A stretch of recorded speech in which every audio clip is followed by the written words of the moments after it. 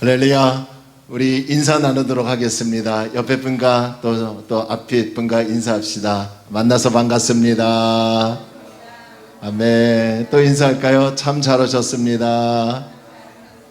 아멘. 우리 마스크 코까지 잘 착용해 주시고요. 오늘도 예배 가운데 하나님이 임재하시고 또 안전하고 은혜 가운데 예배 드리게 될 줄로 믿습니다. 자, 우리 함께 찬양을 또 우리 한번 배워보도록 합시다. 우리 주일 낮 예배 시간에는 처음 부르는데 우리 함께 이 찬양 또 배워가며 하나님께 찬양합니다.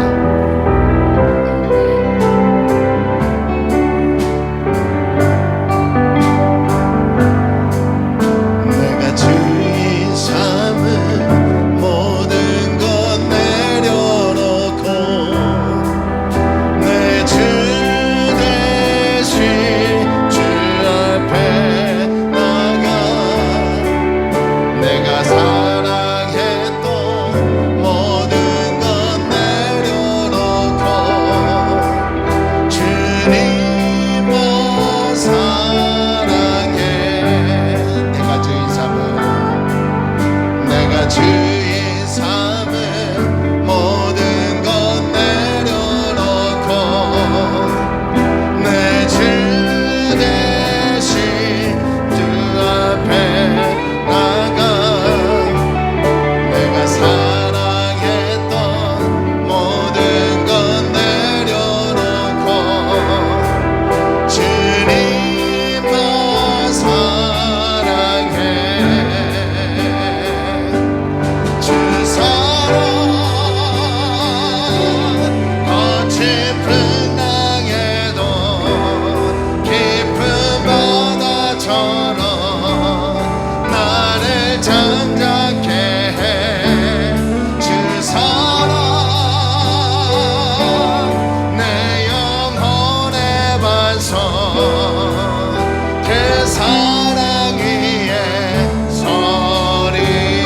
내가 주의 삼은 내가 주의 삼은 모든 것 내려놓고 내 주 대신 주 앞에 나가 내가 사랑했던 모든 것 내려놓고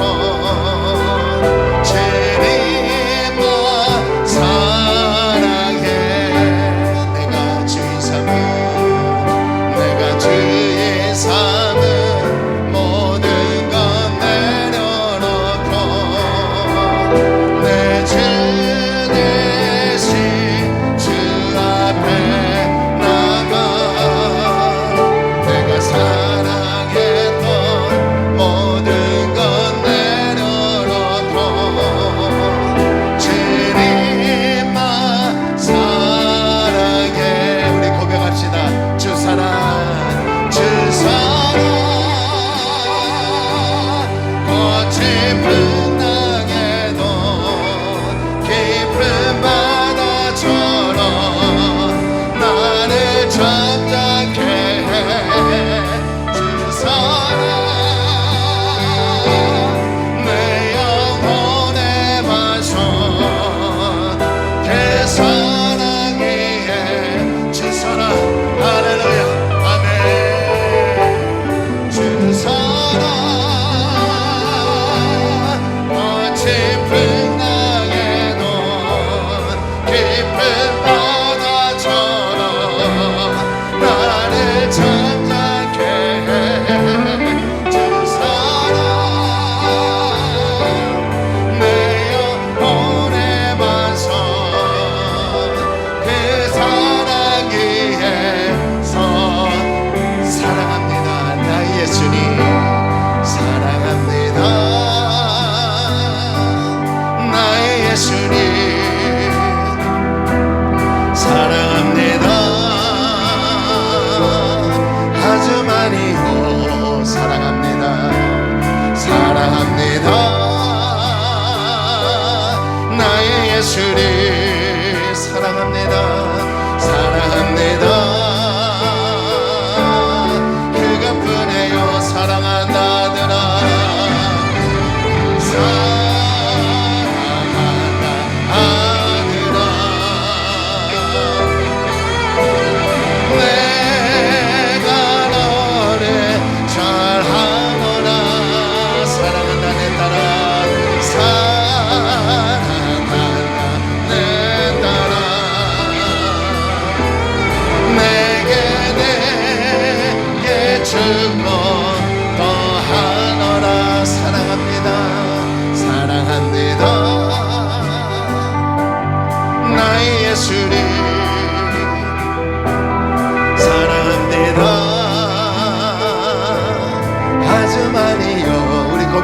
사랑합니다. 사랑합니다. 사랑합니다.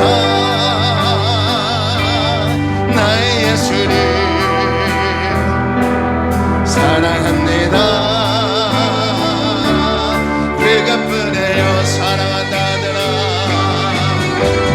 사랑한다 아들아. 내가 너를 잘하노라. 사랑한다 내 딸아. 사랑한다 내 딸아. 내가 내게 주 우리 고백합시다. 사랑한다 아들아. 할렐루야. 내 사랑한다 아들아. 아멘.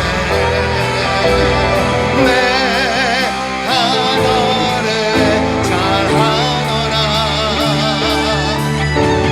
사랑한다 내 딸아. 내가 내게 축복 더하노라. 아멘. 하나님께서 우리를 사랑하시는 줄로 믿습니다. 우리 힘차게 하나님께 박수치며 찬양합니다. 주의 음성을 내가 들으니 우리 힘차게 하나님께 찬양합시다. 주의 음성을 내가 들으니 사랑한단 말이세.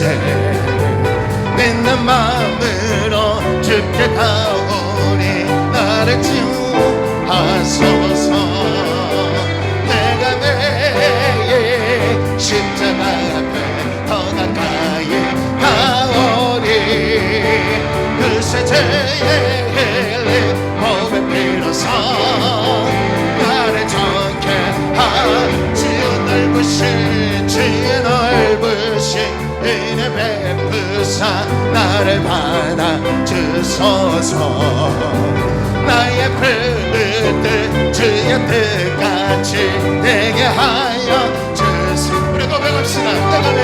내가 매일 십자가 앞에 더 가까이 가오리. 그새 죄의 흘린 몸의 피로소 나를 정케 하지. 보자로 내 지우자로 나아갈 때에 어찌하니 기쁠까. 주의 얼굴을 항상 배우니 거친 게 않네. 내가 매 십자가 내가 매 십자가 앞에 너가 안에 그새 죄의 흘린 몸의 피로소 나를 정케 한 우리 그 주의 넓은 사랑 우리 그 주의 넓은 사랑에 증명할 자 없으며 주가 주시는 참된 기쁨도 헤아릴 수 없고. 내가 내 십자가 내가 내 십자가 앞에 더 가까이 가오리.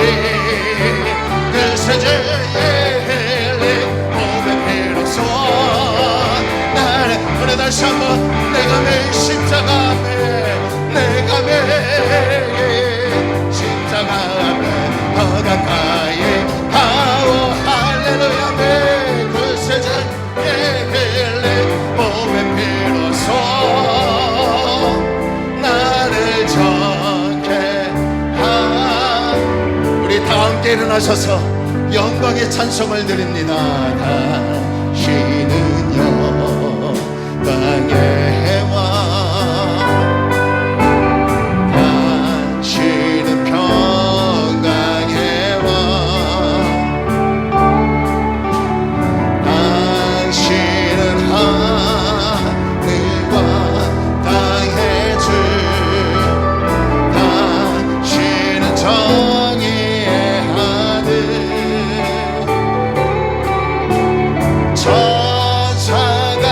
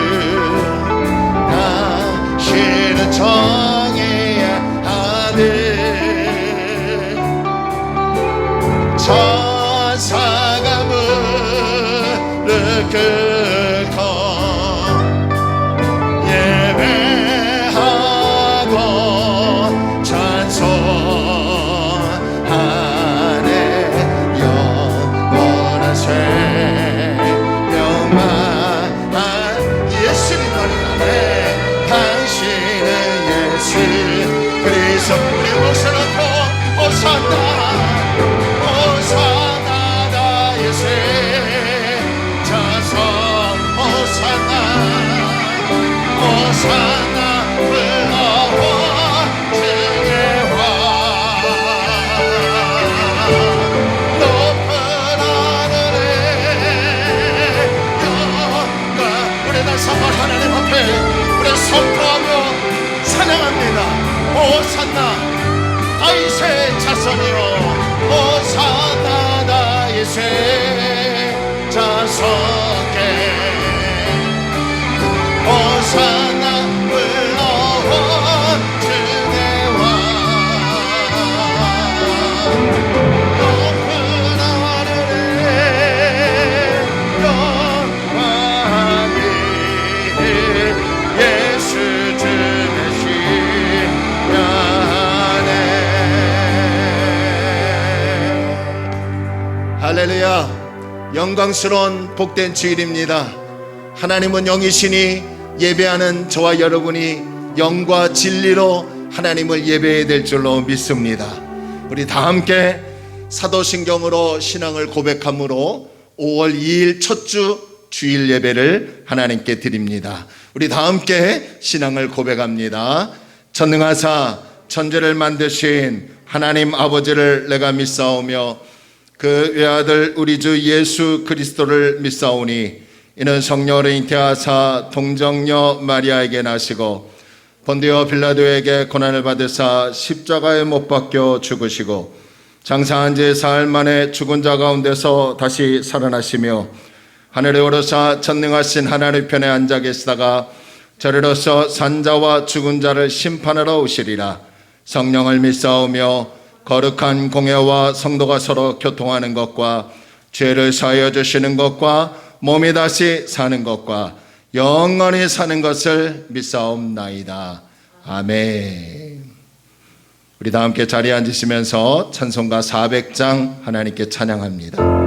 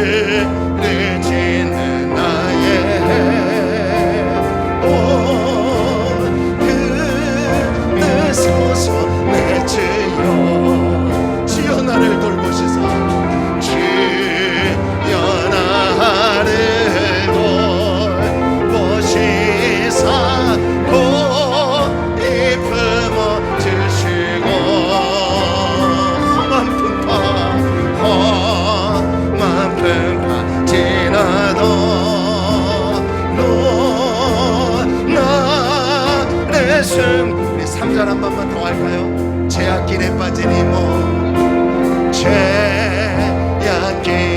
빠진 이몸, 다 강한데 애매하며 부르짖는 나의 원,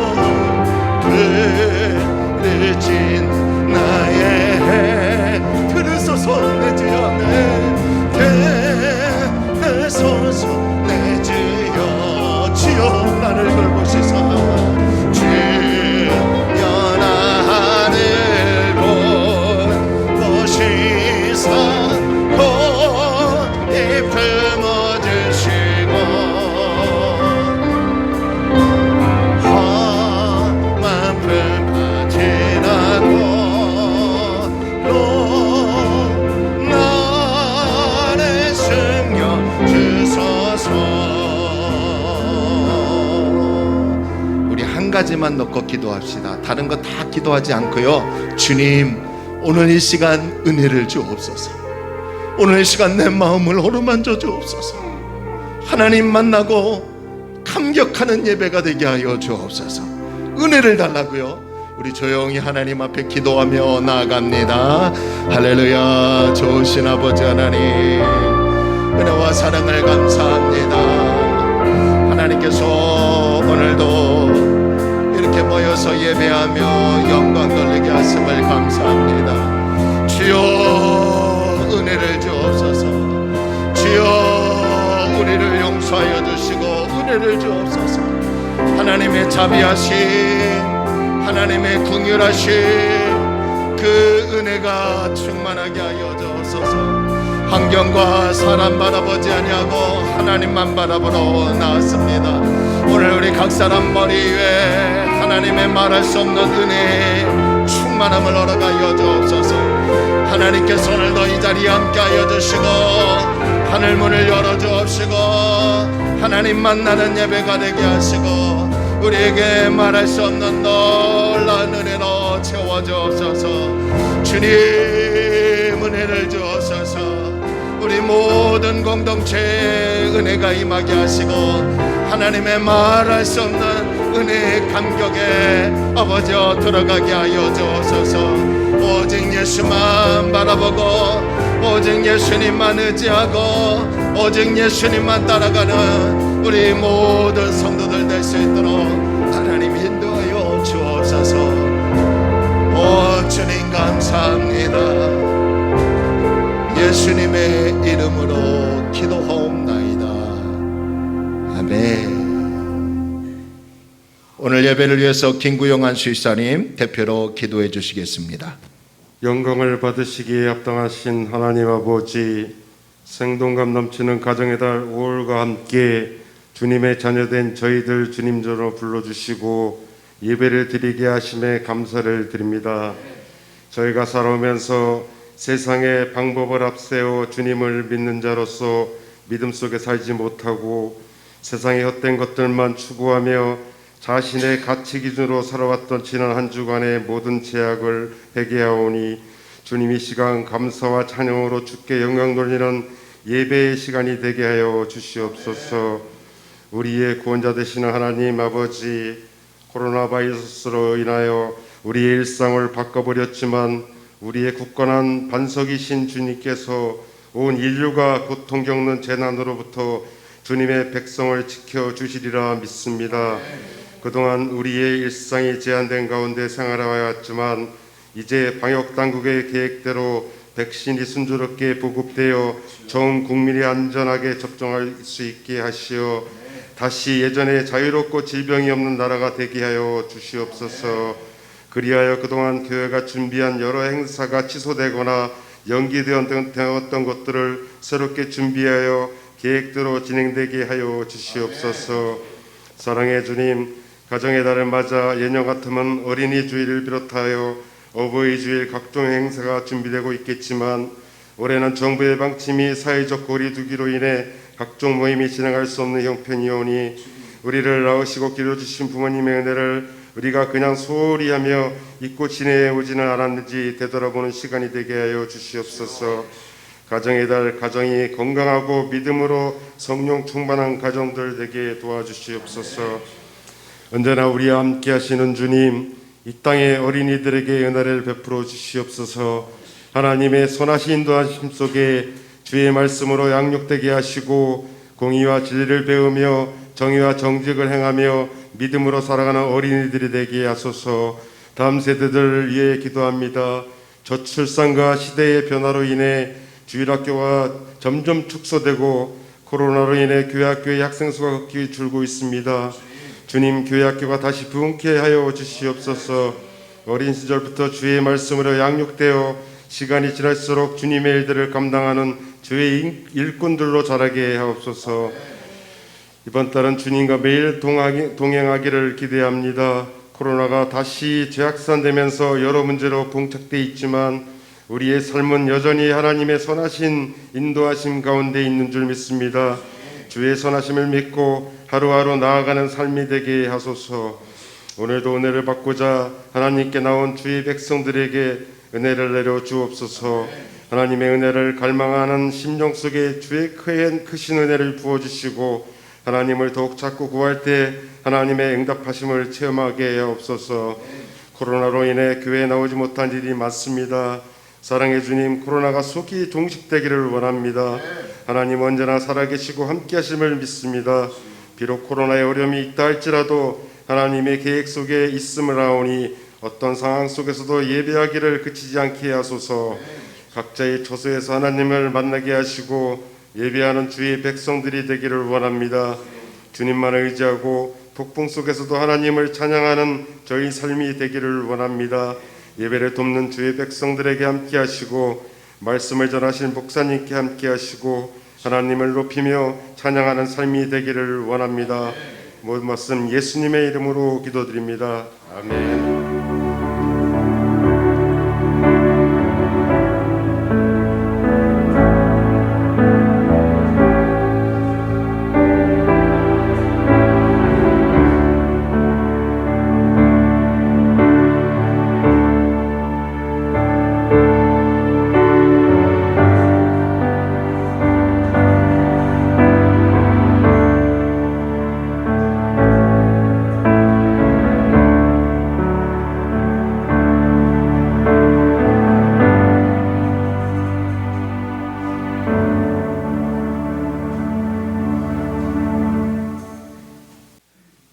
자, 오늘 하나님의 약속된 은혜의 말씀은 시편 57편입니다.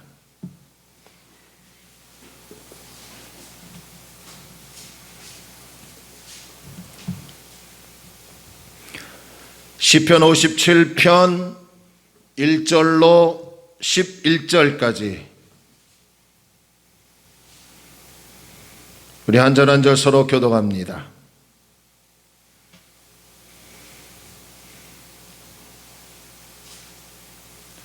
시편 57편 1절로 11절까지 우리 다 찾았으면 아멘합니다. 우리 한 절 한 절 서로 교독합니다. 하나님이여 내게 은혜를 베푸소서, 내게 은혜를 베푸소서. 내 영혼이 주께 피하되 주의 날개 그늘 아래에서 이 재앙들이 지나가기까지 피하리이다.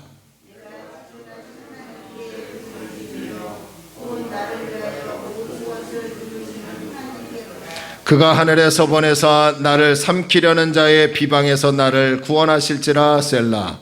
하나님이 그의 인자와 진리를 보내시리로다.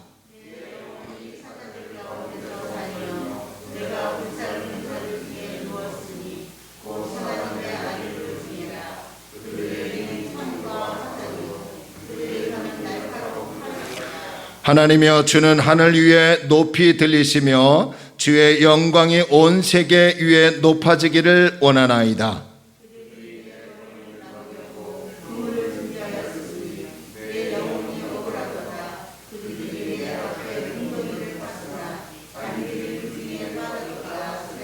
하나님이여 내 마음이 확정되었고 내 마음이 확정되었사오니 내가 노래하고 내가 찬송하리이다.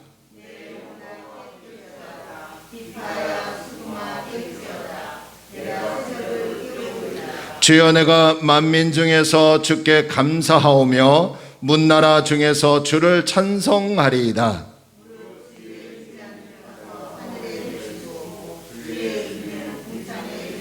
함께 읽을까요? 하나님이여, 주는 하늘 위에 높이 들리시며 주의 영광이 온 세계 위에 높아지기를 원하나이다. 아멘.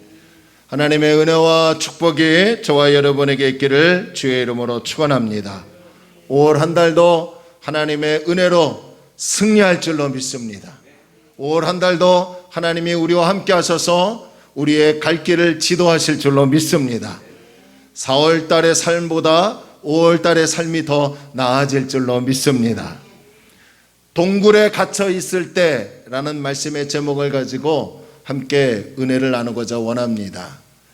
여러분, 제가 우리 교회 단톡방에 가끔 가다가 마커스 팀 찬양팀의 노래를 올려드리지 않습니까?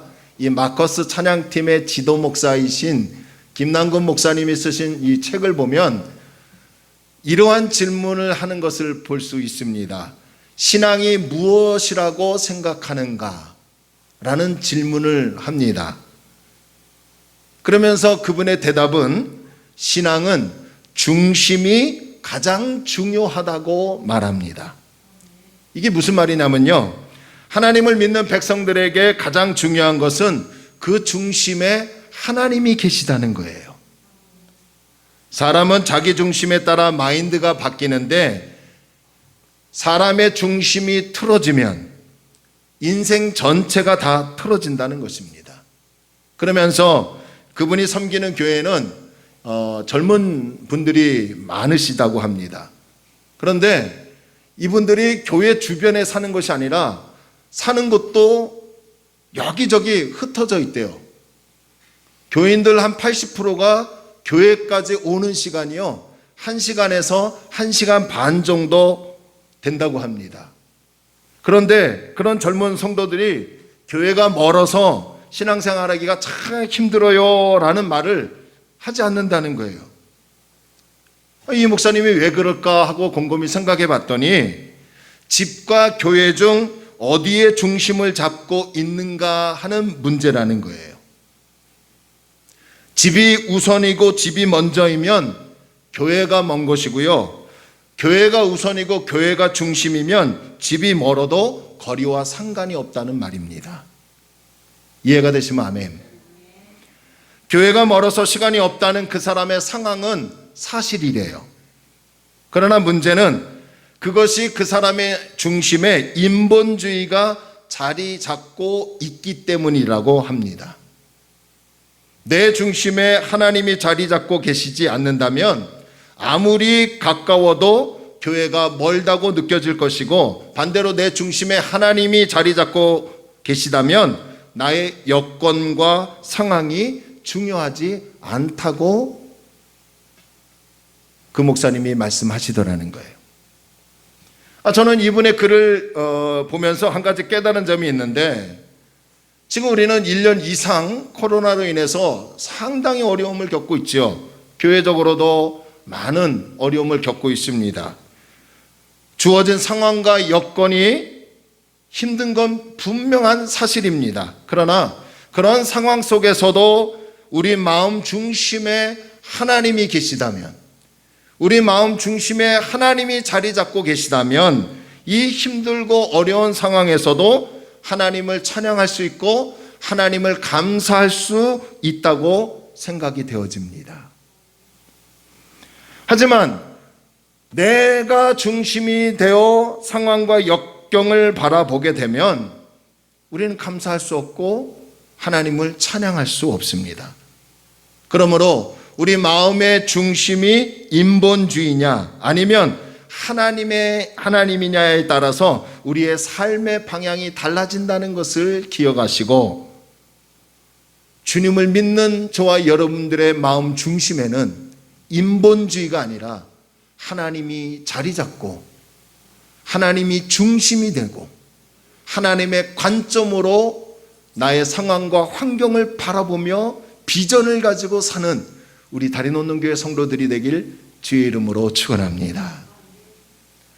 오늘 시편 57편은 다윗이 기록한 시입니다. 그런데 이 시를 기록한 다윗은 지금 인본주의가 아닌 하나님이 중심이었고 하나님의 관점으로 자신이 처한 모든 상황을 보았기 때문에 최악의 상황인데도 불구하고 그는 감사하고 찬양으로 하나님께 영광을 돌리는 모습을 찾아볼 수 있습니다. 본문 4절을 보면요, 다윗이 처한 상황을 아주 잘 설명해 놨어요. 4절 한번 보실래요? 다윗이 이렇게 고백합니다. 내 영혼이 사자들 가운데에서 살며, 여러분 무서운 맹수 사자들 가운데 자기가 한가운데 빠져 있는 것처럼 그런 상황에 다윗이 있대요. 내가 불사르는 자들 중에 누워있고 불을 태우려고 하는 그 사람들 가운데 자신이 누워있는 것처럼 느껴진대요. 그런 사람들은 어떤 사람들이에요? 사람의 아들들이다. 그러니까 누군가가 지금 다윗을 대적하고 있는 거예요. 다윗을 대적하는 사람들의 그 모습을요, 다윗이 시적으로 이렇게 표현합니다. 이는 창과 화살이요 그들의 혀는 날카로운 칼 같도다라고 합니다. 지금 다윗이 어떠한 상황에 처해 있습니까? 절대 권력을 가진 사울 왕에게 억울하게 쫓겨 다니다가 이제 막다른 동굴로 피해 숨어 있는 상황이에요. 다윗이 사울 왕을 배신한 것도 아닙니다. 그렇다고 반역을 일으킨 것도 아니에요. 그저 하나님의 은혜로 골리앗을 쓰러뜨려 죽였을 뿐인데, 그런데 사울은요, 이제 다윗이 이스라엘의 왕이 되겠구나 라고 하며 시기와 질투로 충만해서요, 결국 다윗을 죽이려고 했고 무서운 맹수처럼 창과 활을 든 3천의 군사를 이끌고 다윗을 죽이려고 추격하고 있더라는 거예요. 이때 다윗의 심정이 어떻겠습니까? 하루아침에 가족들과 생이별을 하고요, 익숙한 모든 환경들을 저버려고 지금 쫓기는 신세가 되었어요. 그의 마음은 온통 상처뿐이고, 그런데다가 더 이상 도망갈 수 없는 막다른 동굴로 숨어들었으니 이 다윗의 모습이 얼마나 비참한 모습입니까? 동굴에 갇혀 있을 때 다윗은요, 이제 난 죽었구나, 난 끝났구나, 억울함과 두려움을 토로했을 것이에요. 이 다윗의 심정을 잘 표현하는 말씀이 또 6절에 있습니다. 6절 한번 보실래요? 그들이 내 걸음을 막으려고 그물을 준비하였으니 내 영혼이 억울하도다. 대적들이 다윗의 목숨을 노리려고요, 그물을 쳐놓았다는 거예요. 여러분, 지금 이 6절의 말씀이 다윗의 억울한 마음을 그대로 표현하고 있는 것 같지 않습니까? 우리 역시요, 신앙생활 하다 보면 때론 다윗처럼 억울한 일을 당할 때도 있습니다. 문제로 인해서 막다른 동굴에 갇혀 있을 때가 있지요. 내가 한 것이 아닌데 마치 내가 한 것처럼 일이 그렇게 진행될 때가 있어요. 안 좋은 결과를 만들 때가 있습니다. 내가 하지도 않는 말이 마치 내가 한 말처럼 다른 사람들이 나를 비방할 때가 있어요. 어떨 때는 갑작스럽게 찾아온 문제 때문에 막다른 동굴 안에 갇혀있는 상황에 빠져 있을 때도 있어요. 특히 요즘은요, 코로나로 인해서 마치 동굴 안에 갇혀있는 것 같이 그런 느낌 들지 않으십니까? 그래서 어때요? 어떻게 해요? 억울해요. 고통스러워요. 또 두렵기도 합니다. 힘들어요. 그러니까 시간이 지나면 지날수록 좀 환경이 열리면 좋은데 환경이 열리지 않으니까 칠흑 같은 동굴에 갇혀있는 느낌을 받다 보니까 나타나는 게 뭐예요? 우울합니다. 눈물밖에 하염없이 흘리지 않아요. 그런데 다윗은 그런 두려움의 동굴, 막다른 동굴에 갇혀 있을 때 억울하고 고통스럽고 이제 끝났구나, 나는 이제 발각되면 죽는구나 라고 하는 그런 동굴에서 어떻게 그런 동굴을 헤쳐나가고 풀어나갔을까요?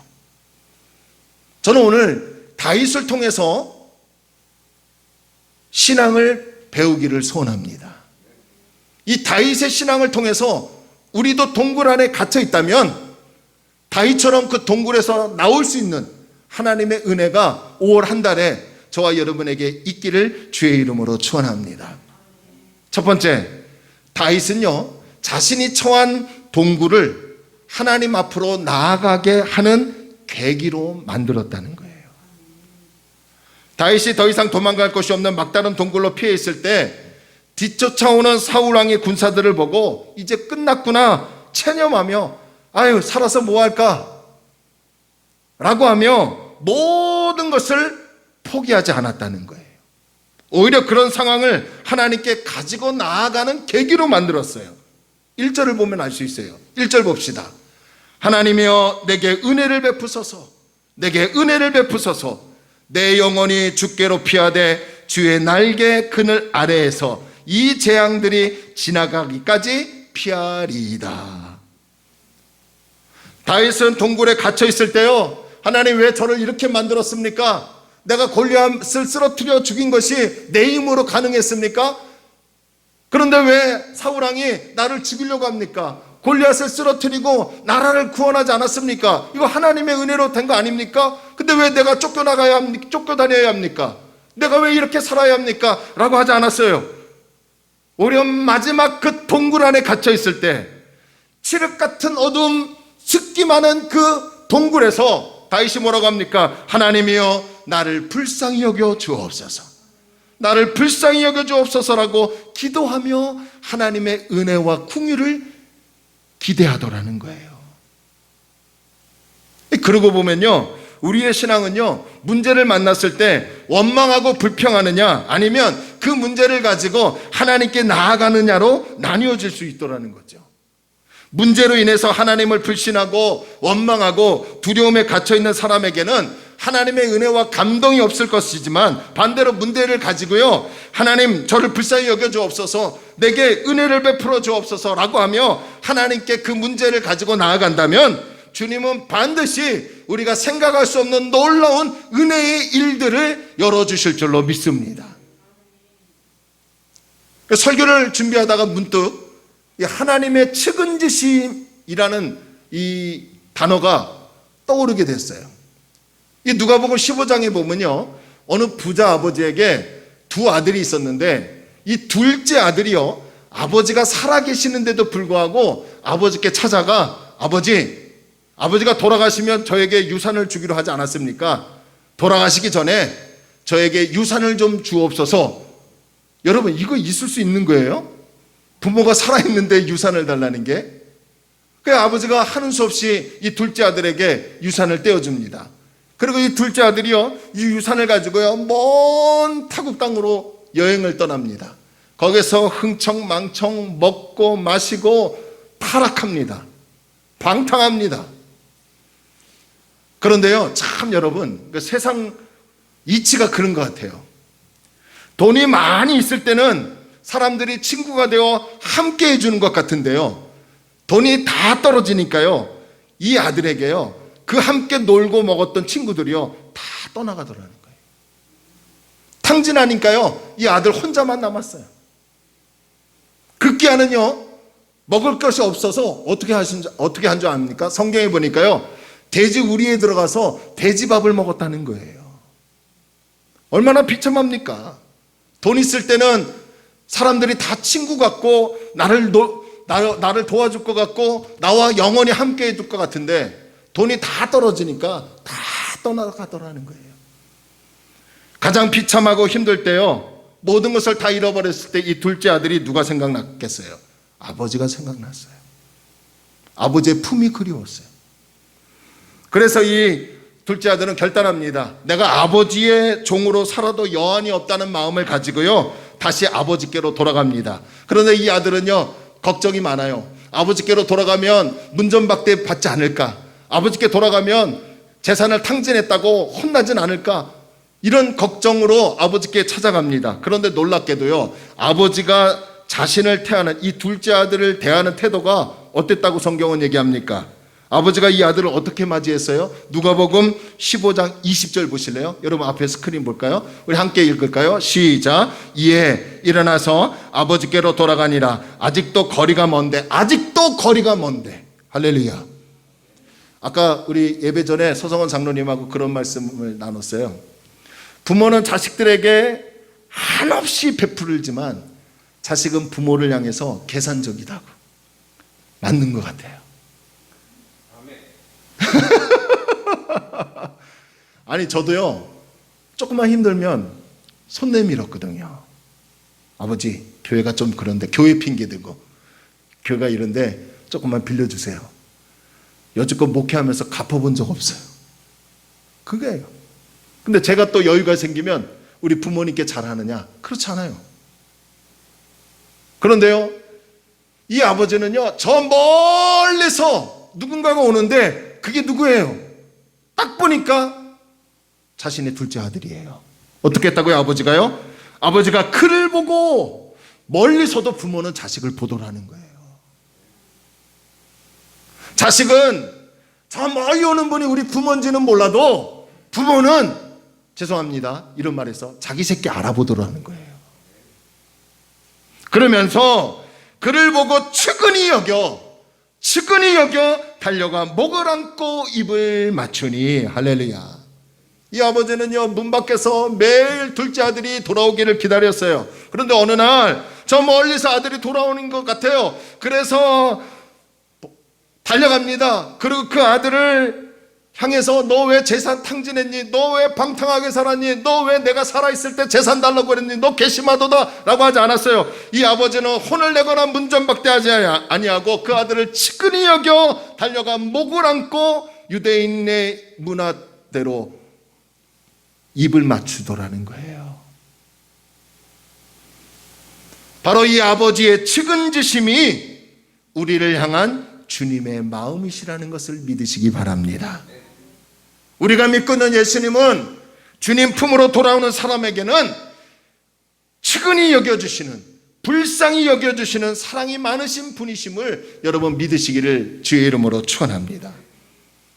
목회를 하다 보면요 저도 스트레스 받죠. 저도 예수님이 아닌 이상은 스트레스 받는 거 당연합니다. 때론 문제도 이런저런 일로 인해서 힘들 때도 있죠. 그럴 때마다 하나님 앞에 기도합니다. 주님 저를 좀 불쌍히 여겨주옵소서, 주님 저를 좀 측은히 여겨주옵소서 라고 기도하면요 제 마음에 하나님의 성령이 이런 마음을 줍니다. 내가 너를 사랑한다. 내가 너와 함께한다. 네 상황은, 네 환경은 힘들고 어렵지만 이 상황과 환경을 주관하는 나 만군의 여호와가 너와 함께하지 않냐. 그런 위로를 주시는 거예요. 그런 위로가 있기 때문에요 제가 목회사역 감당하는 것 아니겠습니까? 오늘 이 시대에 일어나는 문제는요 대개 사랑받지 못하는 데서 일어납니다. 청소년 문제도 파 들어가 보면 원인은 딱 한 가지예요. 사랑받고 싶다는 거죠. 부부간의 문제도 마찬가지예요. 남편에게서 아내에게서 사랑받고 싶다는 거예요. 저는 잘 모르는데 뭐죠? 케이블 TV에서 에로 부부 바람난 그런 남자와 여자들 해서 이렇게 패널들 나와서 얘기를 하더라고요. 보면 다 가짜 사랑에 빠져 있어요. 다 가짜 사랑이에요. 그래서 가정이 깨어져요. 진짜 사랑을 나누고 진짜 내어주는 사랑을 나눈다면 부부간의 관계, 부모와 자녀의 관계, 성도와의 관계, 이웃과의 관계가 정말 예수님의 사랑으로 뜨거워진다면 그 어떤 환경과 상황을 만날지라도요 변치 않게 될 줄로 믿습니다. 이게 측은지심의 사랑이에요. 그런데 안타까운 것은 우리를 향한 측은히 바라보고 계시는 하나님의 사랑은 바라보지 못하고 있더라는 거예요. 그래서 이제 우리는 영적인 눈을 떠서요 하나님의 사랑을 볼 수 있어야 합니다. 하나님이 우리를 불쌍히 여겨주시는 사랑을 볼 수 있는 영안이 열리는 은혜가 임해야 합니다. 문 밖에서 하염없이 나를 기다리고 계시는 아버지 같은 그 하나님을 만나야 합니다. 그래서 코로나로 인해서 이런저런 일로 인해서 막다른 동굴에 갇혀 있는 것이 힘들고 어려운 것은 사실이지만 하나님이 중심이 되어 그럼에도 영안을 열어보니까 지금 이 상황은 하나님께 나아가라는 사인이구나. 지금 이 동굴의 상황은 하나님께 이 문제를 가지고 엎드리라는 신호이구나 라는 것을 깨닫고 하나님 앞에 달려가 하나님께 측은지심에 불쌍히 여겨주시는 은혜로 사는 그 은혜를 누리는 저와 여러분이 되길 주의 이름으로 축원합니다. 동굴에 갇혀 있으십니까? 그렇다면 그 상황을 하나님께로 가지고 나가는 계기로 만드시기를 바랍니다. 두 번째로요, 다윗은 막다른 동굴에 갇혀 있을 때 결단하고 또 결단했어요. 다윗은 최악의 상황에서 주님 내게 은혜를 베푸소서라고 하며 그 상황을 주님께 가지고 나간 다음에 멈춰 있지 않았어요. 거기서 끝나지 않았어요. 이제 결연의 의지를 가지고 아주 중요한 결단을 합니다. 그것이 무엇일까요? 하나님을 찬양하겠다고 결단하더라는 거예요. 본문 7절과 8절 봅시다. 우리 함께 읽을까요? 시작. 하나님이여 내 마음이 확정되었사오니 내가 노래하고 내가 찬송하리이다. 내 영광아 깰지어다. 비파야 수금아 깰지어다. 내가 새벽을. 여러분, 지금 칠흑같이 어두운 동굴에 갇혀있는 다윗은 내 마음이 확정되었습니다. 내 마음을 정했습니다 라고 외치며 어떻게 정했다고요? 나는 노래하기로. 누구를? 하나님을 찬양하기로. 사울왕이 나를 죽이려고 지금 쫓아다니고 내 마음은 억울하고 힘들고 괴롭고 두려운 상황은 맞지만 나는 이렇게 무너지지 않겠습니다. 그럼에도 하나님을 노래하고 찬양하겠습니다 라고 결단하며 부르짖더라는 거예요. 다윗이 슬픔에 잠겨서 노래 부르겠다는 것이 아니라 하나님께 기쁨으로 찬양하겠다고 결단하더라는 거예요. 그는 의식적으로 가식적으로 찬양하는 것이 아니라 열린 마음으로 하나님을 찬양하고 싶은 간절한 마음이 있었기 때문에 언제부터? 새벽부터 하나님을 찬양하기로 확정했습니다 라고 결단하더라는 거예요. 그러고 보면 이 세상을 사는 사람들 가운데는 두 종류의 사람으로 나누어 볼 수 있습니다. 한 부류는 시편 57편 6절에 갇혀 있는 사람. 날마다 내가 억울합니다, 괴롭습니다, 힘듭니다, 고통스럽습니다 라고 토로하며 캄캄한 동굴에 갇혀 있는 사람이 있어요. 그러나 반대로 한 부류는 6절의 상황은 맞지만, 그것이 사실이지만 그 상황을 깨트리고 박차서 7절과 8절로 이어져 결단하고 또 결단하여 하나님을 노래하고 하나님께 영광 돌리는 그러한 사람이 있더라는 거예요. 여러분, 다윗이 왜 내가 확정했습니다 라고 하며 두 번씩이나 고백했을까요? 우리의 감정이라는 것이 한 번 결심한다고 되는 것이 아니기 때문에 그런 거예요. 될 때까지 확정하고 확정해야 합니다. 지금 우리가 캄캄한 동굴에 있다고 해서 하염없이 슬픔에 잠기지 말고 그러한 것들을 다 떨쳐버리고 하나님이 베풀어 주신 은혜의 기쁨을 얻어야 하지 않겠습니까? 하나님이 우리에게 은혜를 주시고 측은히 여겨주시는 것은 당연하지만 그렇다고 누워 있어서 감 떨어지듯 마냥 기다려지고 마냥 기다려서 얻어지는 것이 아니라 하나님의 은혜를 더욱더 기대하고 하나님께 나아가야 되지 않겠습니까? 하나님의 은혜는 가만히 있는 사람에게도 임하지만 하나님의 은혜는 조금 더 말씀을 믿고 실천하고 따를 때에 더욱 강력하게 임한다는 것을 믿으시기를 바랍니다. 우울하고 두렵고 원수들에게서 둘러싸여 괴로울 때 그런 상황에 함몰되지 않고 하나님의 은혜가 나의 내면에 가득 채워질 때, 할렐루야, 하나님의 은혜가 내 내면에 충만할 때 그때 상황을 바라보는 눈이 달라지는 거예요. 그때 나의 삶은 분명한 동굴이지만 그 동굴 밖을 볼 수 있는 영안이 열리는 거예요. 꿈이 생겨요. 비전이 생겨요. 그래서 내가 확정했습니다라고 두 번 결단하는 것은 끊임없이 무너지는 내 마음을 또 결단하고 또 결단하여 하나님께 나아가라는 거예요. 사무엘상 16장을 보면 쫓겨다니는 다윗과 칼과 창과 활을 들고 다윗을 쫓아가는 이 사울 왕의 상태에 대한 부분을 발견할 수 있어요. 사무엘상 16장 13절 14절을 봅니다. 여러분 앞에 보실래요? 제가 봉독합니다. 사무엘이 기름 뿔병을 가져다가 그의 형제 중에서 그에게 다윗에게 부었더니 이날 이후로 다윗이 누구의 영에게 크게 감동했다고요? 하나님의 영. 할렐루야. 성령의 은혜가 다윗에게 임했어요. 그런데 반대로 14절 보세요. 14절. 여호와의 영이 사울에게서 떠나고, 누구에게서 떠나고요? 사울 왕에게서 떠나고, 여호와께서 부리시는 악령이 사울을 번뇌하게 한지라. 여러분 보세요. 지금 다윗은 하나님의 영에 크게 감동되었고, 반대로 사울 왕은 어떤 상태에 있다고요? 여호와의 영은 떠나고 여호와께서 부리시는 악령이 사울을 지배하여 번뇌하게 되었다라고 합니다. 여호와의 영에 감동된 다윗은 시편 57편에서 동굴에 갇혀 있는 건 맞지만 그 어떤 상황에서도 내 마음이 확정되었사오니라고 결단하며 하나님을 찬양하고 기쁨을 빼앗기지 않았다는 거예요. 반대로요, 모든 권력을 쥐고 다윗을 죽이려고 한 사울은 아이러니하게도 악령으로 인해 날마다 번민이 쌓이고 또 쌓이더라는 거예요. 그렇다면 누가 진정으로 행복한 인생이라고 말할 수 있습니까? 누가 승리한 사람이라고 말할 수 있을까요? 다윗 아닙니까? 저는요, 동굴에 갇혀있는 다윗, 육안으로 불쌍하다, 힘들겠다라고 하는 그 모습만 보지 않기를 바랍니다.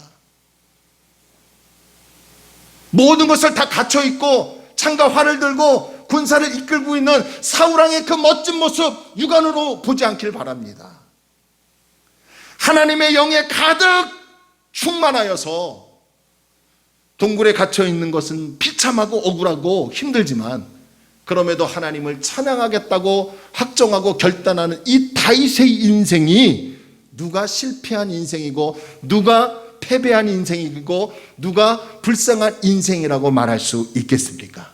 진정한 불쌍한 인생은 하나님의 영이 떠나고 악령이 들어온 사울왕이 아니겠습니까?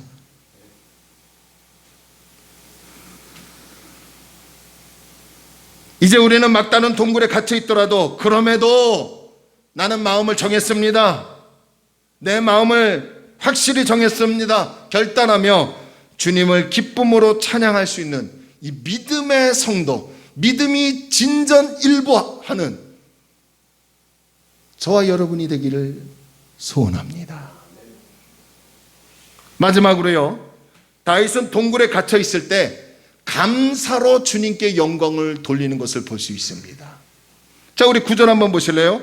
9절 우리 함께 읽을까요? 9절 시작. 주여, 내가 만민 중에서 주께 감사하오며 문나라 중에서 주를 찬송하리이다. 여러분, 솔직히 다윗이 겪고 있는 상황은 하나님을 찬양할 수 없는 우울하고 암울한 동굴이에요. 그런데 다윗의 심령은, 다윗의 신앙은 전혀 캄캄한 동굴이 아니라 마치 태양이 비추어 환하게 밝게 빛나는 동굴이더라는 거예요. 이것이 어떻게 가능했을까요? 어떻게 죽음의 동굴에서 주님을 향해서 찬양하기로 결단했고 어떻게 죽음의 동굴에서 하나님께 감사로 영광을 돌릴 수 있었겠습니까? 저는요, 두 가지 확신이 다윗에게 있었다는 것을 발견했어요. 하나는요, 하나님만이 자신을 건져주신다는 분명한 확신이 다윗에게 있었어요. 3절 보실래요? 3절. 자, 3절. 그가, 여기서 그가는 누구예요? 다윗이에요? 아니죠. 하나님이 하늘에서 보내사 나를, 다윗을 삼키려는 자의 비방에서 나를 어떻게 한다고요? 자신을 구원하실지라. 1절에서는 재앙들이 있었고요, 여러분 3절에서는 비방하는 사람들이 있었고 4절에서는 창과 화살과 칼들이 있었고 6절에서는 그물이 있었고 웅덩이가 있었어요. 다 이런 모든 것들은 누구를 향해 있는 거예요? 다윗을 향해. 그러니까 다윗은 지금 이런 것들을 피하다가 어디에 들어갔다고요? 막다른 동굴 안에 갇혀 있는 거예요. 이제 발각되면 이러한 재앙, 이러한 비방하는 사람들이 창과 화살과 칼을 들고 이 그물로 덮쳐서 분명히 자신을 해할 것이에요. 죽일 것이에요. 그런 상황에서 다윗은 뭐라고 합니까? 주님만이, 하나님만이 나를 구원하실 거라는 분명한 확신을 가지고 있더라는 거예요. 이 확신이 있으니까 9절에 하나님께 감사하며 영광을 돌리더라는 거예요. 어디에서요? 편안한 집에서요? 편안한 잔디밭에서요? 아니요, 동굴에서. 또 하나는요, 다윗이 비참한 동굴에서 감사하며 찬양할 수 있었던 것은 기도 응답에 대한 확신이 있었기 때문에 그래요. 여러분 2절 한번 보실래요? 2절 우리 읽을까요? 시작. 내가 지존하신 하나님께 부르짖으며 곧 나를 위하여, 할렐루야, 내가 하나님 앞에 기도했더니 동이기를 위하여, 여러분의 이름을 대면서 누구누구를 위하여 모든 것을 이루시는 누구께 있다고요? 하나님께로다. 할렐루야. 다윗은 자신의 모든 기도를 들으시고 응답하시는 하나님을 확신하고 신뢰하고 있었기 때문에 이 죽음과 같은 동굴에서도 하나님께 감사로 영광을 돌릴 수 있었습니다. 우리가 잘 아는 찬송가 370장, 그 중에서 2절 이렇게 가사가 기록이 되어 있어요. 그 두려움이 변하여 내 기도 되었고 전날에 한숨 변하여 무엇이 되었다고요? 내 노래 되었네. 주님을 찬송하면서 할렐루야 할렐루야. 내 학길 먼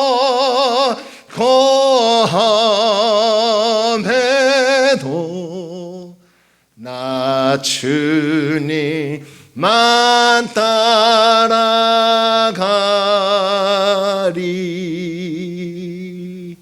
할렐루야. 내 앞길 멀고 험한 거 맞아요. 지금 저나 여러분이나 앞길 캄캄한 동굴에 갇혀 있는 건 맞아요. 그럼에도 그 갇혀 있을 때 두려움이 변하여 기도가 되고 오늘의 한숨이 내일의 희망을 노래하고 하나님을 찬양하는 놀라운 은혜가 저와 여러분에게 있기를 축원합니다. 지금 두려우십니까? 문제로 괴로워하시는 분들 계십니까? 동굴에 갇혀 있습니까? 기도하시기 바랍니다. 하나님께 엎드리시기 바랍니다. 기도 응답의 확신을 가지고 기도하는 사람은 절대 두려워하지 않습니다. 응답의 확신을 가지고 있는 사람은 여유가 있어요. 응답의 확신을 가지고 있는 사람은 감사로 영광을 돌릴 수 있습니다. 어쩌면 꼭 그런 것만은 아니지만 어쩌면요, 캄캄한 동굴에서 우리를 건져내실 주님에 대한 확신이 없기 때문에, 기도에 대한 응답이 확신이 없기 때문에 기도하지 못하고 감사하지 못하는 것이 아닐까요? 말씀을 정리합니다.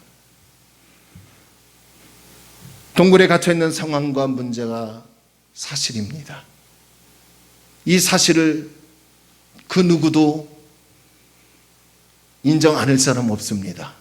하지만 그 상황과 문제를 하나님께 가지고 나가는 계기로 만드십시오. 그리고 결단하세요. 한 번 결단 안 되지요. 또 결단하세요. 하나님을 찬양하겠다고, 하나님을 의지하겠다고 결단하세요. 그리고 동굴 같은 그 죽음의 동굴에서 나를 건져주시는 분은 하나님이라는 거 확신하세요. 기도하면 하나님이 들으신다는 것 확신하세요. 그래서 하나님께 그 동굴과 같은 상황에서 감사할 수 있는 우리 다리 놓는 교회 성도들이 되기를. 그래서 5월달 이 가정의 달에 하나님의 은혜가 풍성하여 동굴 속에서도 저 내일의 태양을 바라보며 꿈을 꾸는, 그리고 그 꿈을 이루시는 하나님의 은혜가 여러분 가정과 우리 교회에 있기를 주의 이름으로 축원합니다. 찬양합니다. 아무것도 두려워하지 말래요. 근데 자꾸 두려워해요. 저도 그래요. 오늘 이렇게 설교해 놓고도 또 두려워해요. 그러나 또 결단합시다. 나를 구원해 주시는 하나님, 나의 기도에 응답하시는 하나님, 그 하나님께 찬양하기로 결단하고요, 내 상황을 하나님께 가지고 나가 감사하는 우리가 되길 원합니다. 찬양합시다. 아무것도 두려워 말라. 주 나의 하나님이 지켜줄. 아멘. 믿습니다. 놀라지 마라. 겁내지 마라. 주님 나를 지켜주시네. 아무것도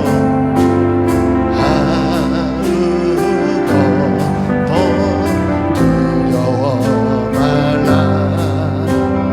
주 나의 하나님이 지켜주시네. 놀라지 마라. 겁내지 마라. 주님 나를 지켜주시네. 내 맘이 힘에 겨워 지칠지라도 주님 나를 지켜주시네.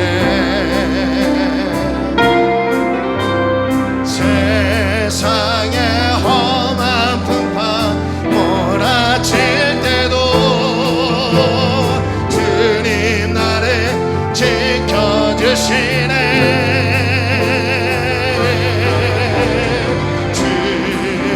주님은 나의 산성, 주님은 나의 요새, 주님은 나의 나의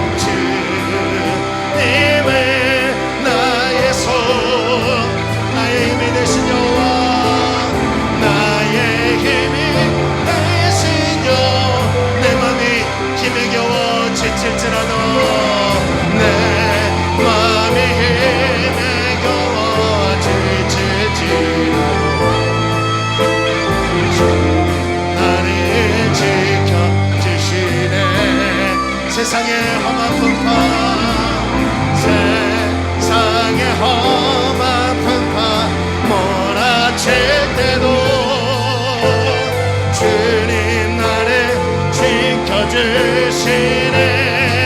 우리 고백합시다. 네, 주님은 나의 사선, 주님은 나의 요새, 주님은 나의 소망, 나의 힘이 되시며.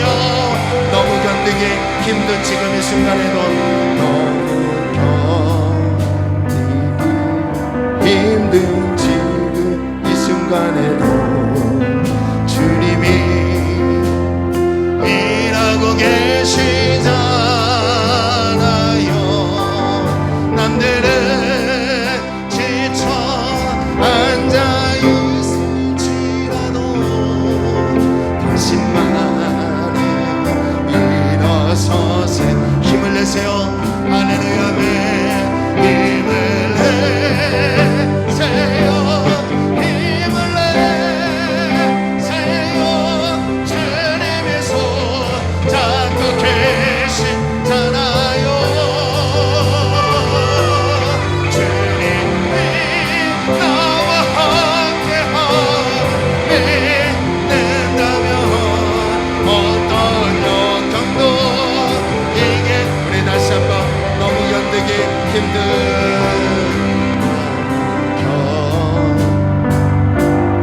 힘든 지금 이 순간에도 주님이 일하고 계시잖아요. 남들은 지쳐 앉아 있을지라도 당신만은 일어서세. 우리 다 함께 고백합시다. 힘을 내세요. 힘을 내세요. 힘을 내세요. 주님의 손 잡고 계시잖아요.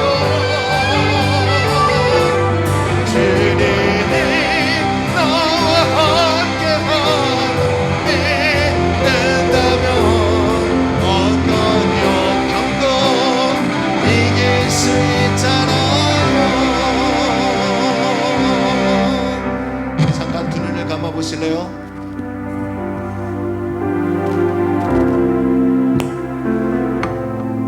우리는 동굴에 갇혀 있는 것이 사실입니다. 코로나19 이후로 우리의 마음의 여유가 사라졌어요. 지금 우리는 지금 굉장히 뭔가에 쫓기고 있는 것 같아요. 하나님을 믿노라 하면서도 동굴에 갇혀 있을 때 그 하나님이 안 계시는 것처럼 느껴져요. 이럴 때 다시 우리 신앙을 점검해 봅시다. 그 상황을 주님께 가지고 나가세요. 그리고 하나님 앞에 결단하세요. 감사하기로, 찬양하기로. 나를 건지시는 하나님을 믿으세요. 내가 주님께 부르짖으면 주님이 응답하시는 것을 확신하세요. 그러면 여러분의 삶을 하나님이 책임져 주실 줄로 믿습니다.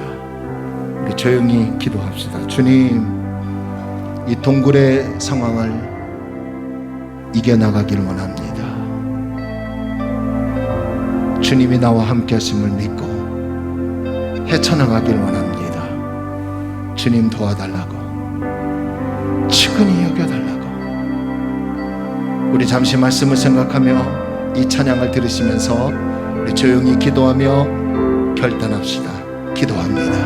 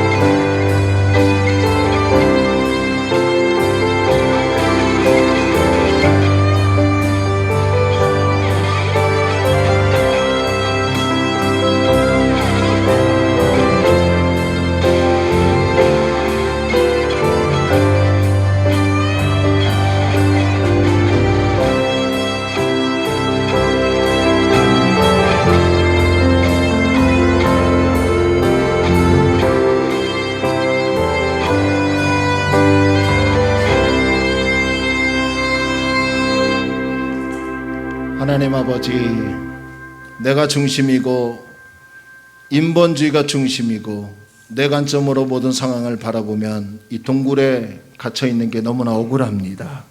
고통스럽습니다. 힘들고 눈물밖에 나오지 않습니다. 하지만 주님이 중심이 되고 주님의 관점으로 상황을 바라본다면 그 속에서도 하나님께 찬양할 수 있는 힘이 생길 줄로 믿습니다. 동굴에 갇혀 있습니까? 그 상황 그대로 하나님께 나아가길 원합니다. 결단하길 원합니다. 무너지고 또 무너지는 우리의 연약한 마음 또 결단합니다. 하나님을 찬양하기로 결단하고 감사하기를 원합니다. 상황을 볼 때 감사할 수 없지요. 그러나 그 상황에서 나를 건져주시는 분이 하나님이심을 확신합니다. 그 동굴에서 내가 기도하면 하나님이 응답하신 것을 확신합니다. 그래서 감사할 수 있습니다. 오늘 들은 말씀 잘 적용하여 5월 승리하는 우리 성도들 되게 하여 주옵시고, 내 마음이 힘에 겨워 지칠지라도 주님 나를 지켜주심을 믿고 세상에 나가 꿈을 펼칠 수 있는, 오늘의 힘듦이 내일로 이어지지 않고 기쁨으로 이어지는 그 은혜가 우리 성도들에게 충만하게 하여 주옵소서. 학교에서 우리를 지켜주옵소서. 사업장 가정에서 직장에서 우리를 지켜주시옵소서. 코로나로부터 지켜주시옵소서. 건강으로부터 지켜주시옵소서. 오늘 또 일하는구나, 오늘 또 학교 가구나, 오늘 또 지겹구나, 이게 아니라 일할 수 있게 하시면 감사합니다. 공부할 수 있게 하시면 감사합니다. 가정을 주심을 감사합니다. 고백할 수 있는 우리 성도들 되게 하여 주옵소서. 이제는 우리 주 예수 그리스도의 은혜와 하나님의 크신 사랑과 성령님의 내주 내재 교통 역사 충만하심이 동굴에 갇혀 있을 때 나를 건져주시는 분, 나를 이끄시는 분, 나를 도우시는 분은 하나님밖에 없음을 확신하고 일어서 감사하고 찬양하기 원하여 머리 숙인 사랑하는 성도들의 심령과 생업 위에, 우리나라와 우리 지역과 우리 교회 위에 하나님의 넘치는 은혜가 있기를 간절히 축원하옵나이다. 아멘.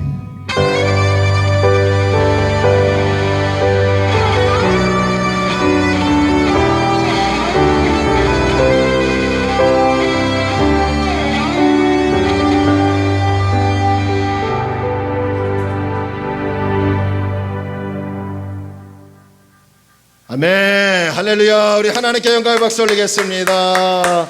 우리 인사합시다. 하나님만 의지하고 나갑시다. 아멘. 감사합니다.